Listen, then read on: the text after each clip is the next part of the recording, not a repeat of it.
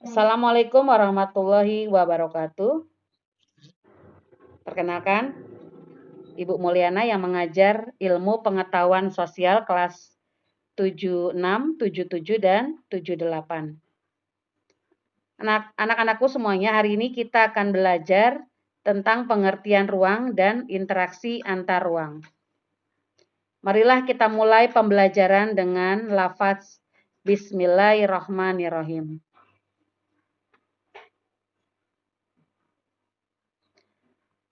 Kompetensi inti dari mata pelajaran IPS yaitu memahami konsep ruang, lokasi, distribusi, potensi, iklim, bentuk muka bumi, geologis, flora dan fauna, dan interaksi antar ruang di Indonesia serta pengaruhnya terhadap kehidupan manusia dalam aspek ekonomi, sosial, budaya, dan pendidikan.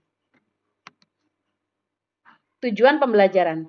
Setelah kalian mempelajari materi pengertian ruang dan interaksi antar ruang, maka kalian harus dapat satu, menjelaskan pengertian ruang, kedua, dapat menjelaskan pengertian interaksi antar ruang, dan yang ketiga dapat menjelaskan beberapa kondisi terjadinya interaksi keruangan. Pengertian ruang dan interaksi antar ruang.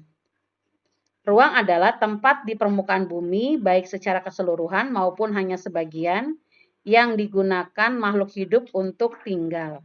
Interaksi antar ruang dapat berupa pergerakan orang, barang, informasi, dari berbagai daerah asal menuju daerah tujuan. Anak-anakku semuanya perlu diketahui bahwa ada beberapa kondisi saling bergantung yang diperlukan untuk terjadinya interaksi keruangan, yaitu satu, saling melengkapi atau komplementari atau regional komplementari. Kondisi saling melengkapi terjadi apabila ada wilayah yang berbeda komoditas atau barang-barang yang dihasilkannya. Contohnya adalah wilayah A sebagai penghasil sayuran, wilayah B sebagai penghasil ikan. Maka wilayah A dapat membeli ikan dari wilayah B, begitu juga sebaliknya wilayah B dapat membeli sayuran dari wilayah A.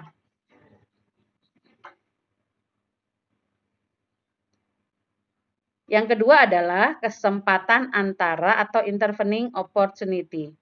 Merupakan suatu lokasi yang menawarkan alternatif lebih baik sebagai tempat asal maupun tempat tujuan.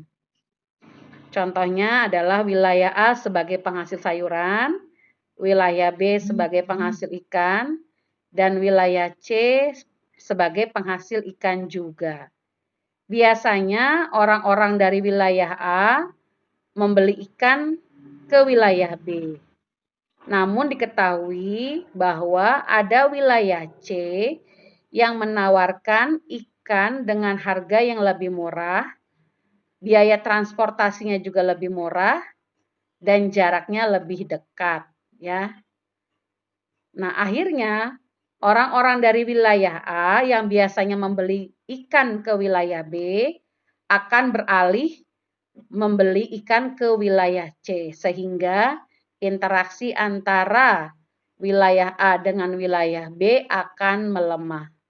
Yang ketiga adalah kemudahan transfer atau transfer ability, yaitu pengangkutan orang atau barang yang memerlukan biaya. Biaya untuk terjadinya interaksi tersebut harus lebih rendah dibandingkan dengan keuntungan yang diperoleh.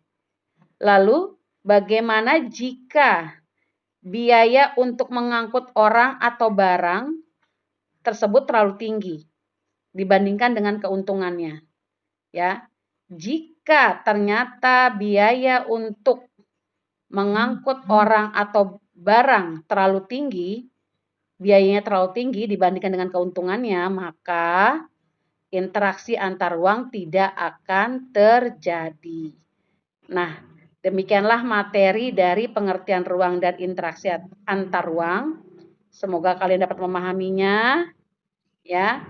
Jika belum paham, bisa mengulang-mengulang video ini, video pembelajaran ini, ya.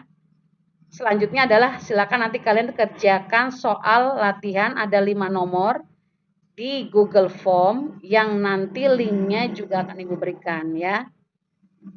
Kerjakan dengan teliti dan benar ya.